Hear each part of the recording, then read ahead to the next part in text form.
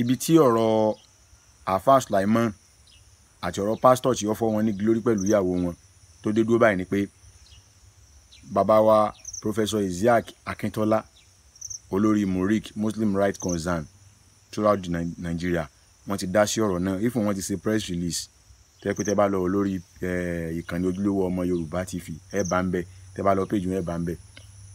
Ẹ̀kejì ni pé Tahun Human Rights Initiative àwọn náà ti dá sí tí headquarter wọn wà ní ìlú Ìwó tó wà ní under Jamaatu Tahun Muslimin lábẹ́ àṣẹ bàbá wa Grand Mufti of Yorùbá Land Sheikh Daud Imran Mọ́lásan.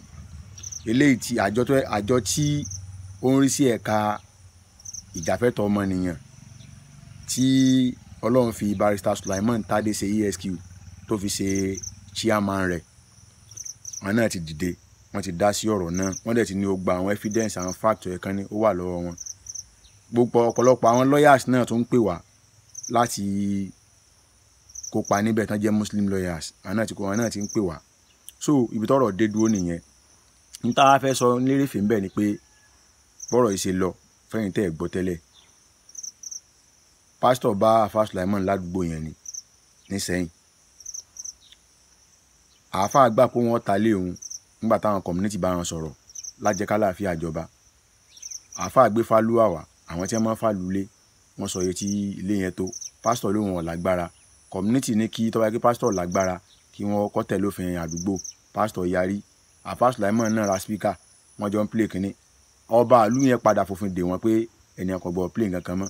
Ìkarahun lọ́wọ́ lára pásítọ̀ tọ́jọ́dọ̀ iléyá. Àáfàá kọjú ẹran síbi tá a máa dojú kọ kírun níwájú ta lé wọn. Pásítọ̀ ní ọkọjú ẹran sí ṣọ́ọ̀ṣì wọn. Ibẹ̀ lọ́rọ̀ ti tútù àtàyànyàn tí pásítọ̀ àtàwọn ọmọ ìjọ rẹ̀ àti àwọn ọmọ rẹ̀ tó wà ní sójà tí wọ́n ti bẹ̀rẹ̀ sí lagimọ́ pásítọ̀ lagimọ́ àáfàá àti ìyàwó àáfàá lórí. Kódà ẹlẹ́ àáfàá lóyún ẹlẹ́ àti ẹ̀nà lóyún tó dákú. Gbogbo evidence yẹn wà nílẹ̀ o. Evidence yẹn wà gbogbo ẹ̀yin tó yẹ kẹ́ ẹ gbé tẹ́ ẹ gbé tẹ́ yẹ kẹ́ ẹ bá ní tẹ́ ọ gba ọ̀rọ̀ yìí lórí ẹ̀rọ ayélujára kí o gba ayé orí ẹ fojú pamọ́ ẹ gbé. Àbòsí lẹ́ ń ṣe ṣùgbọ́n Ọlọ́run ọba tó dá wa tó dẹ̀yìn náà yóò fojú àbòsí yẹn gbogbo ayé ká sì rí yín ó ti tù. Ó lọ ọmọ Yorùbá bó ṣe jẹ́ nìyẹn o.